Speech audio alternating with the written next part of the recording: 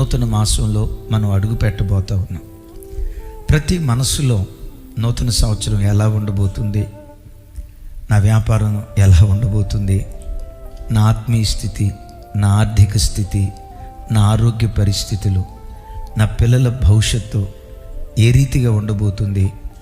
హృదయంలో ఓ ప్రశ్న.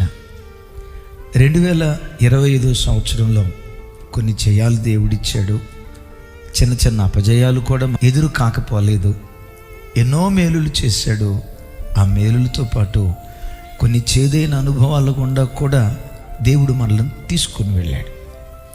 2025 ఎలా సాగింది కదా, 2026 ఎలా సాగబోతుంది, నా భవిష్యత్తు ఎలా ఉంటుంది. హృదయంలో ఓ మీమాంస. లోకస్తులైతే జాతకాలు చెప్పే వాళ్ళ దగ్గరికి వెళ్ళి నా అరచేయి చూసి జాతకం చెప్పండి అని అంటారు. కొంతమంది నుదుట చూసి రాత నుదుట రాసి ఉండాలి అని అరచేయి చూసి నుదుట చూసి జాతకాలు చెప్తారు. ప్రభు బిడ్డలుగా మనం ఎవరి దగ్గరకు వెళ్ళి అరచేయి చూపించి జాతకాలు చెప్పించుకోవాల్సిన అవసరం లేదు. ఇంకొక మాటలో కూడా చెప్పాలంటే అరచేతిలో జాతకం లేదు, పిచ్చి గీతలు తప్ప. ఒకసారి ఇట్లా అనుకొని చూడండి అమ్మ, ఏం కనపడుతున్నాయి? జాతకమా?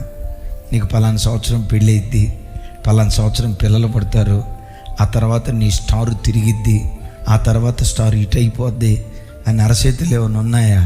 పిచ్చి గీతలు తప్ప అరచేతిలో జాతకం లేదు. అయితే ఒక మాట, మనందరి జాతకం పరిశుద్ధ గ్రంథమైన బైబిల్లో దేవుడు రాసించాడు. అన్నయ్య రాసించాడు అని అన్నారు కదా, మరి 2026 సంవత్సరం ఎలా ఉండబోతుంది అని అంటారా? దేవుని ప్రతినిధిగా చెప్తున్నాను. నువ్వు పుట్టిన నాటి నుండి 2025 వరకు ఎన్నడూ ఎప్పుడు అనుభవించని ఆశీర్వాదం 2026లో అనుభవించేటట్లుగా నా దేవుడు ఒక నూతన కార్యం తన మహిమ కొరకు దేవుడు జరిగిస్తాడు.